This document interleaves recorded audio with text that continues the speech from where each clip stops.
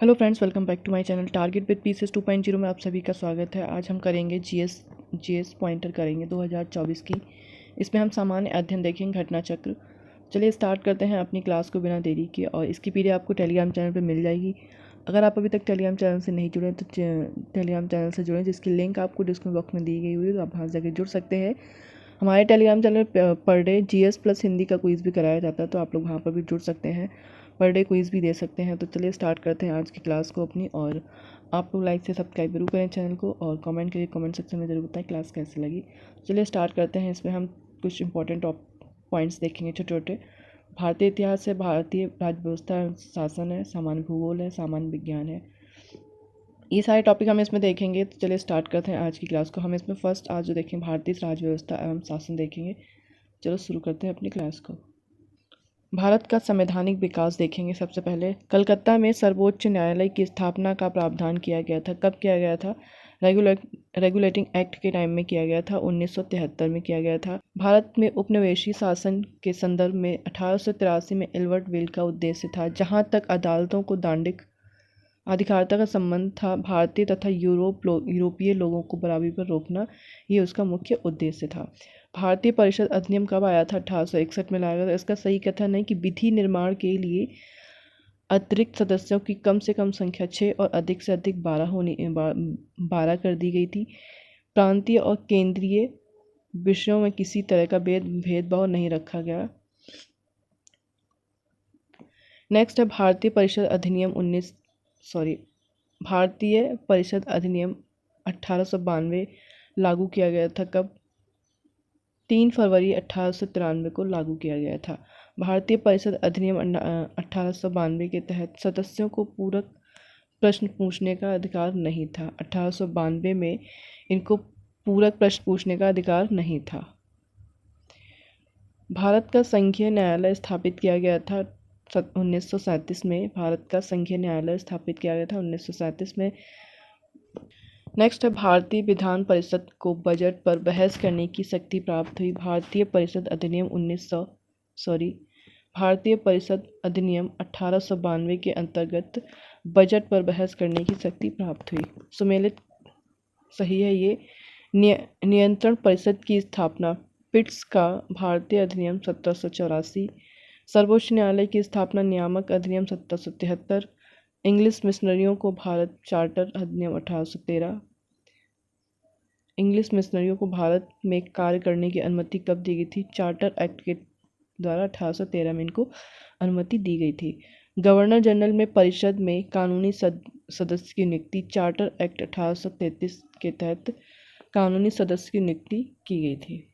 Next है भारत में अंग्रेजी शिक्षा की नींव निम्नलिखित द्वारा पड़ी थी। कौन कौन? 1813 का चार्टर एक्ट। नंबर 2 है general committee of public instruction 1823। प्राच्यविद और आंग्लविद विवाद। वह अधिनियम जिसने प्रांतों में द्वैत शासन प्रणाली की स्थापना की थी। 1919 का भारत सरकार अधिनियम। वह अधिनियम जिसने प्रांतों में द्वैत शासन प्रणाली की स्थापना की। 1919 का भारत सरकार अधिनियम। 1919 में भारत शासन अधिनियम की प्रमुख विशेषताएं। प्रांतों की कार्यकारिणी सरकार में द्वैत शासन की व्यवस्था। केंद्र द्वारा प्रांतों को विधायी शक्ति का हस्तांतरण। नेक्स्ट है ब्रिटिश भारत में सांप्रदायिक प्रतिनिधित्व की व्यवस्था सर्वप्रथम की गई थी 1909 के अधिनियम मार्ले मिंटो सुधार से की गई। भारतीय विधान पालिका प्रथम बार द्विसदनीय बनाई गई थी 1919 के भारत सरकार अधिनियम द्वारा। भारतीय सिविल सेवा के संदर्भ में सही कथन है भारत सरकार अधिनियम। 1919 में भारतीय सिविल सेवा के लिए एक अलग परीक्षा का प्रावधान किया गया, और जो भारत में होनी थी। भारतीय सिविल सेवा में 1941 में भारतीयों का प्रतिशत यूरोपवासी से अधिक था। तो भारतीय सिविल सेवा के संदर्भ में जो कथन लिखा है बिल्कुल सही है। नेक्स्ट है ब्रिटिश भारत में प्रांतीय स्वायत्तता शुरू की। कब? भारत सरकार अधिनियम 1919 ने। भारत सरकार अधिनियम 1919 में प्रांतीय सरकार के कार्य आरक्षित, रिजर्व और अंतरित ट्रांसफर्ड विषयों के अंतर्गत बांटे गए थे। न्याय प्रशासन, स्थानीय स्वशासन, और भू राजस्व एवं पुलिस में से आरक्षित थे। न्याय, प्रशासन, भू राजस्व और पुलिस। निम्नलिखित में अधिनियम द्वारा 120 सदस्यों वाले चैम्बर ऑफ प्रिंसेस की व्यवस्था की गई थी 1919 के अधिनियम के टाइम में। नेक्स्ट क्वेश्चन है, केंद्रीय विधानसभा के वे निर्वाचन जो भारतीय शासन अधिनियम 1919 के तहत हुए थे। 1926 और 1945 में निर्वाचन। भारत शासन अधिनियम 1919 के अंतर्गत भारतीय विधायिका का अंतिम निर्वाचन आयोजित किया गया था 1945 में। राष्ट्रपति के अध्यादेश निर्गत करने की शक्ति प्रेरित है। भारत सरकार अधिनियम 1935 से पहली बार भारतीय परिषद अधिनियम 1861 के द्वारा भारतवासियों को अपने देश के प्रशासन में कुछ हिस्सा लेना संभव बनाया गया। Charter act 1833। भारत शासन अधिनियम 1935 के तहत प्रस्तावित संघीय प्रणाली भारत संघ फेडरेशन ऑफ इंडिया। नेक्स्ट है, भारत के संविधान में केंद्र और राज्यों के बीच किया गया शक्तियों का विभाजन आधारित है भारत सरकार अधिनियम 1935 के द्वारा। भारत सरकार अधिनियम 1935 का मुख्य विशेषताएं क्या थीं? इस अधिनियम में अखिल भारतीय महासंघ भारत एवं संघ के नाम से का प्रावधान था। यह प्रांतीय स्वायत्तता के सूत्रपात का संकेत था। इसने प्रांतीय स्तर पर द्वैत शासन प्रणाली को समाप्त कर केंद्र में लागू किया। नेक्स्ट है, एक संघीय व्यवस्था और केंद्र में द्वैत शासन भारत में लागू किया गया था कब? 1935 के अधिनियम के द्वारा ये लागू किया गया था। अखिल भारतीय महासंघ स्थापित करने का प्रावधान शामिल किया गया था भारत सरकार अधिनियम 1935 में। 1935 के अधिनियम के द्वारा स्थापित संघ में अवशेष शक्तियाँ दी गई थी गवर्नर जनरल को। संवैधानिक निरंकुशता का सिद्धांत प्रवर्तित किया गया था भारत सरकार अधिनियम 1935 के द्वारा। भारत सरकार 1935 के स्वीकार किए गए महत्वपूर्ण और स्थायी अवयव विधानमंडल के लिए निर्वाचित एवं जवाबदेह प्रतिनिधि, एक संघ की योजना पर विचार, विधानमंडल के लिए एक सरकारी सदस्यों का संवाचित किया जाना। नेक्स्ट है, 1935 का गवर्नमेंट ऑफ इंडिया एक्ट महत्वपूर्ण था क्योंकि यह भारतीय संविधान का प्रमुख स्रोत है। बर्मा भारत से अलग हुआ।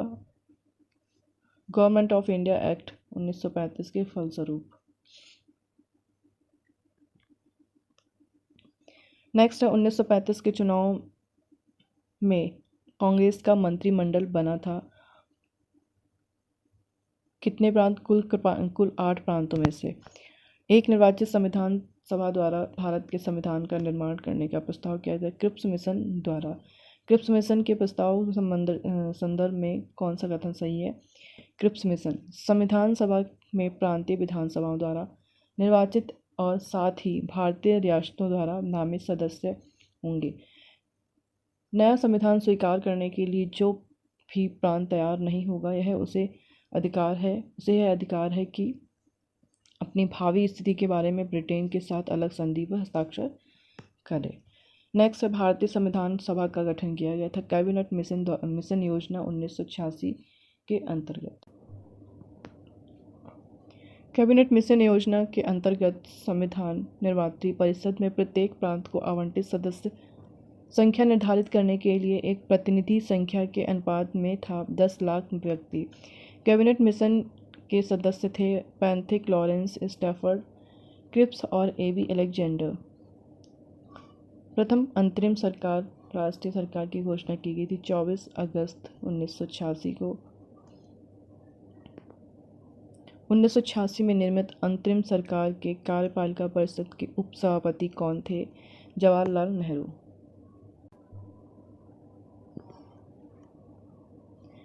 सी Rajagopalachari, doctor Rajendra Prasad, doctor S Radhakrishna और जगजीवन राम में से जो अगस्त 1986 में गठित प्रथम अंतरिम राष्ट्रीय सदस्य का सदस्य नहीं थे, डॉक्टर राधाकृष्ण। नेक्स्ट है, भारत के लिए संविधान की रचना हेतु संविधान सभा का विचार सर्वप्रथम प्रस्तुत किया गया 1934 में स्वराज पार्टी एवं M.N. राय द्वारा। संविधान सभा अकेले ही देश के लिए एक स्वदेशी संविधान का निर्माण कर सकती है, ये सही मायने में और पूरी तरह से लोगों की इच्छा प्रतिनिधित्व कर सकती है। यह कथन किसका था? महात्मा गांधी ने ये बोला था। आगे है संविधान सभा के बारे में सही कथन। इसने बड़ी संख्या में समितियों की मदद से काम लिया है। उनमें से प्रारूप समिति सबसे महत्वपूर्ण समिति थी। इसमें अल्पसंख्यक समुदाय जैसे ईसाई, एंग्लो इंडियन और पारसी सभी को पर्याप्त प्रतिनिधित्व दिया गया। नेक्स्ट है इसकी चुनाव प्रक्रिया। भारत शासन अधिनियम 1935 में छठी अनुसूची पर आधारित थी। कर, संपत्ति और शैक्षणिक योग्यता के कारण मताधिकार समिति था। और नेक्स्ट था वह बहुदलीय निकाय थी। संविधान सभा के बारे में कुछ सही कथन है। भारतीय संविधान सभा के संबंध में सही कथन कौन कौन से। भारतीय संविधान सभा के संबंध में यह वयस्क मताधिकार पर आधारित नहीं थी। यह कई समितियों के माध्यम से कार्यरत थी। यह प्रत्यक्ष निर्वाचन का परिणाम नहीं थी। नेक्स्ट है भारत के संविधान का प्रारूप तैयार करने वाली संविधान सभा के सदस्यों को विभिन्न प्रांतों की विधानसभाओं द्वारा चुना गया था। नेक्स्ट है संविधान सभा के सदस्यों का चुनाव हुआ प्रांतीय विधानसभाओं द्वारा। संविधान सभा के सदस्यों का चुनाव हुआ था किसके द्वारा? प्रांतीय विधानसभाओं के द्वारा। संविधान सभा के संदर्भ में सही कथन कौन सा है? संविधान सभा की पहली बैठक 9 दिसंबर 1986 को हुई। इसके अस्थायी अध्यक्ष डॉक्टर सच्चिदानंद सिन्हा थे। मुस्लिम लीग ने संविधान सभा की प्रथम बैठक का बहिष्कार किया। किसने? मुस्लिम लीग ने। संविधान सभा की प्रथम बैठक उद्घाटन अधिवेशन की अध्यक्षता की थी डॉक्टर सच्चिदानंद सिन्हा ने। भारत की संविधान निर्मात्री सभा या संविधान सभा के अध्यक्ष डॉक्टर राजेंद्र प्रसाद थे। भारतीय संविधान सभा की स्थापना 9 दिसंबर 1986 को की गई थी। संविधान सभा के चुने हुए स्थायी सदस्य कौन थे? अध्यक्ष थे डॉक्टर राजेंद्र प्रसाद, स्थायी अध्यक्ष थे। संविधान सभा के प्रारंभ में अस्थायी उपाध्यक्ष प्रथम मनोनीत उप सभापति नामित किए गए। कौन? Frank Anthony.